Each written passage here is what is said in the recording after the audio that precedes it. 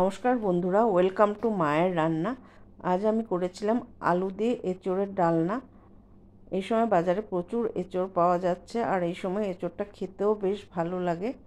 আমি এঁচোড়ের ডালনা কিভাবে করেছিলাম সেই রেসিপিটাই আজ আমি আপনাদের সাথে শেয়ার করব।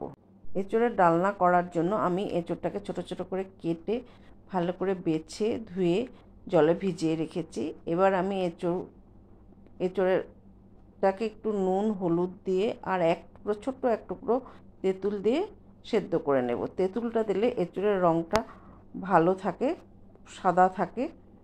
আর এখানে আমি এঁচোড়ের ডালনা করার জন্য আমি পেঁয়াজ, আলু, আদা, রসুন সমস্ত কিছু খোসা ছাড়িয়ে রেখেছি। আমি পেঁয়াজ, আদা, রসুন, টমেটো এগুলো সব পেস্ট করে নেব। এখানে সর্ষের তেল গরম করে আলু ডুমো ডুমো করে কেটে নুন হলুদ দিয়ে ভেজে নেব। আলুটা অর্ধেক ভাজা হয়ে গেলে আমি দুটো পেঁয়াজ কুচি আর একটা কাঁচা লঙ্কা দিয়ে ভেজে নেব। আলু, পেঁয়াজ, কাঁচা লঙ্কা ভাজা হয়ে গেলে আমি তুলে নেব। তারপর সর্ষের তেলে জিরে, তেজপাতা, এলাচ, দারচিনি দিয়ে নুন হলুদ দিয়ে সেদ্ধ এঁচোড়টা একটু ভেজে নেব। আর এখানে পেঁয়াজ, আদা, রসুন, কাঁচা লঙ্কা, টমেটো, ধনে গুঁড়ো, জিরে গুঁড়ো, দুটো এলাচ আর এক টুকরো দারচিনি পেস্ট করে নেব। ভাজা আলুর সাথে আমি এই মশলাটা ভালো করে কষিয়ে নেব, তাতে আলুটাও সেদ্ধ হয়ে যাবে। মশলার আলু ভালো করে কষানো হয়ে গেলে আমি যে এঁচোড়টা নুন হলুদ দিয়ে ভেজে তুলে রেখেছিলাম সেই এঁচোড়টা দিয়ে মশলা আলু একসাথে খুব ভালো করে কষিয়ে নেব। মশলা, আলু, এঁচোড় একসাথে ভালো করে কষানো হয়ে গেলে আমি দিয়ে দেব 1 কাপ জল।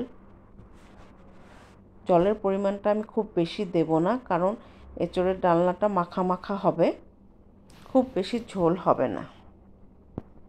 এঁচোড় আলু জলের সাথে ভালো করে মিশিয়ে নিয়ে 2 মিনিটের মতো ফুটিয়ে নেব। ঝোল ফুটে উঠলে এটা আমি 2-3 মিনিটের জন্য ঢাকা দিয়ে দেব। এঁচোড়ের ডালনা মোটামুটি রেডি হয়ে গেছে। এখানে ঝোল ফুটে উঠেছে আর ঝোলটা ঘন হয়ে গেছে।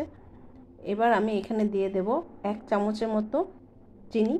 চিনিটা আপনারা আপনাদের স্বাদ অনুসারে দেবেন, কেউ একটু মিষ্টি পছন্দ করলে 2 চামচ চিনিও দিতে পারেন। আর দিচ্ছি আমি এখানে 2 চামচের মতো ঘি। ঘিয়ের জন্য এঁচোড়ের ডালনার স্বাদ অনেকটাই বেড়ে যায়।